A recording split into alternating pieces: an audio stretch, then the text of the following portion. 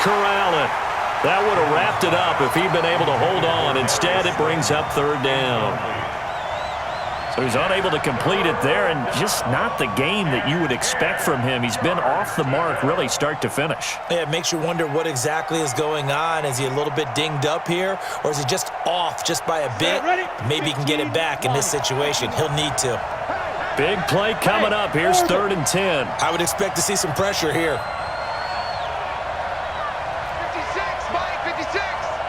The pressure drops off as they'll look to throw. Now a desperation throw deep downfield. Got a man. It's caught at the 6-yard line. They're able to convert on 3rd down, and that sets up a 1st and goal. That's a great job of working the sideline right there. I love how he tracked the football the whole way. Just reached up and pulled it in. Had excellent field presence to understand where he was in order to make that play happen.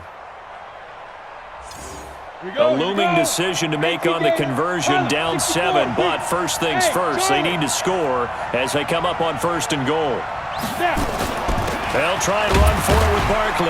And a minuscule gain of maybe a yard from the 6 to the 5. The Giants going to burn their 3rd and final timeout as they'll stop the clock with 12 seconds to go in the football game. And the ball smack dab on the 5-yard line. Here's 2nd and goal. He'll look to throw.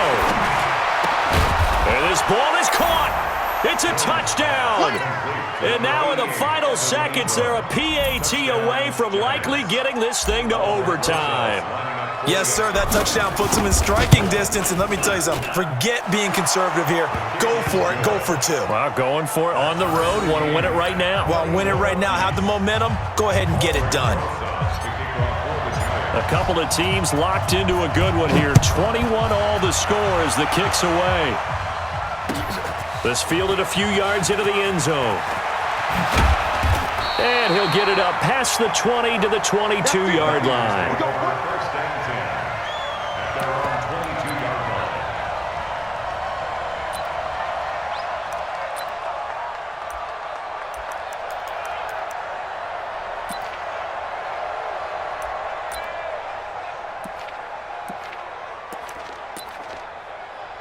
The 49er offense set to get this drive underway. Tie game, and barring something incredible here, we're likely headed to overtime. And just a couple of scenarios here to keep in mind. One, if you want to be really aggressive, you do throw the Hail Mary and see if you can get something downfield. What would you do?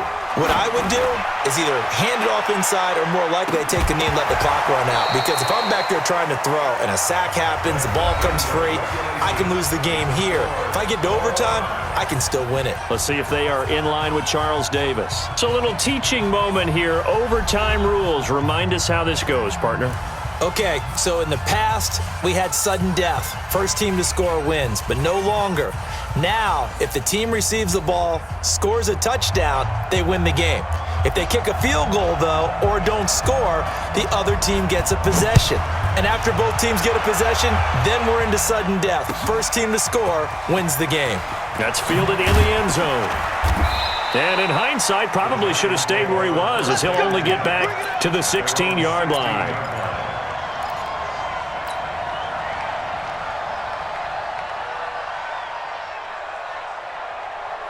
The Giants offense at the line, ready to begin their next drive. They're set for their first drive here in overtime, and this is where the crowd can really become a factor. They've had to battle it all day, but I know what you're saying. In overtime, that gets doubled, doesn't it? At least, because now the crowd really wants to be involved and help their team, and that first drive can dictate the whole thing because they know if this team takes it downfield and scores a touchdown, it's game over. It's been loud in here so far. Now a first throw here in overtime. Nowhere to escape, and he goes down. D Ford in there to get him yet again. That is his 3rd sack tonight. They can't figure him out.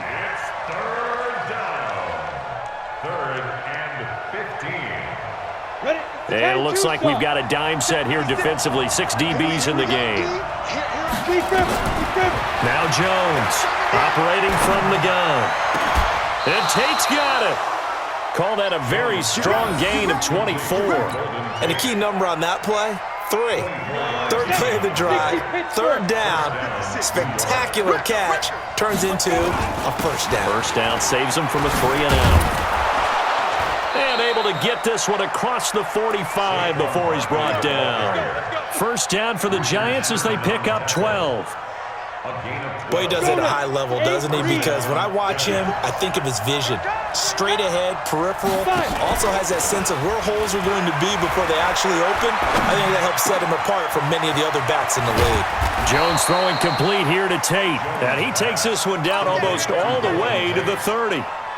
The end result, 21 yards. Go! 60 outlaw, bravo!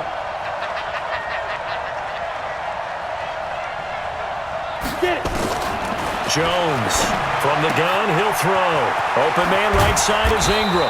And they'll get this one down to about the 20-yard line. It's a gain of 11 and a Giant first down. Charles, you get into these overtime situations, that's not a bad guy to dial into. Well, when you have to have plays, especially in a spot as you just described, we're in OT, you've got to go to the guys you can trust and you know are going to make the plays. Well, they say it's not the X's and the O's, it's the Jimmies and the Joes. 9 yards is the pickup there, and they'll have a 2nd and 1. The last run got 9. That leaves them with 2nd and a yard. 2nd and 1. He dumps it off to Barkley. And that is incomplete. A lot of force bearing down on him there. He could not hang on. It's 3rd down. Overtime here out west, and you got a team from the Eastern time zone. Maybe their body clock's a little thrown off, or is that overhyped? I don't think it's overhyped. And I think that for most teams, you're hoping that your mind overrules your body because your body's looking for slippers and bedtime clothes, right? They're looking for the pajamas. But in this case, you've got to stay with it mentally. And what a lot of teams do, they never change their watches. They always say on East Coast time and just go ahead that way to try and defeat any of the effects of moving to the West. Give them a gain of 4, able to convert, and that sets up 1st and goal now. Ready? 57, Mike 57.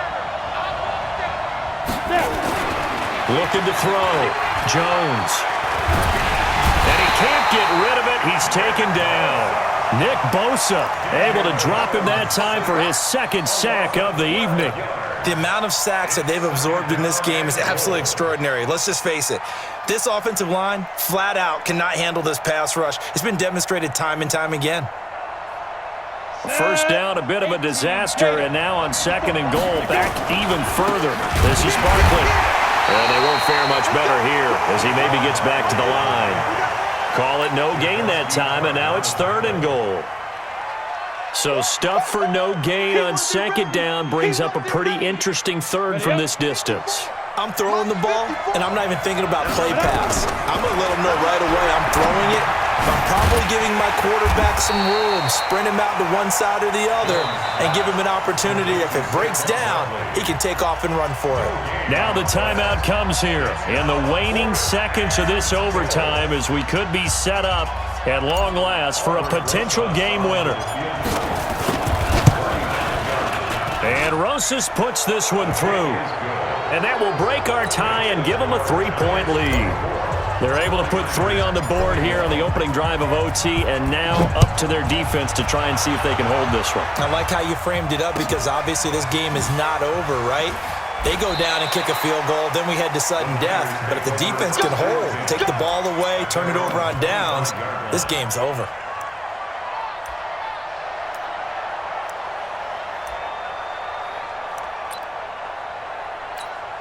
Here we go. The San Francisco offense ready to start their next drive. The field goal would push it to sudden death. We just saw the field goal on the other end, but I don't think they are thinking field goal. At least not to start this drive. They're not thinking field goal. Not at all, because your point is well taken. Yeah, kick the field goal, you push it to sudden death, but you're also kicking off and giving the other team the ball with a chance to kick a field goal.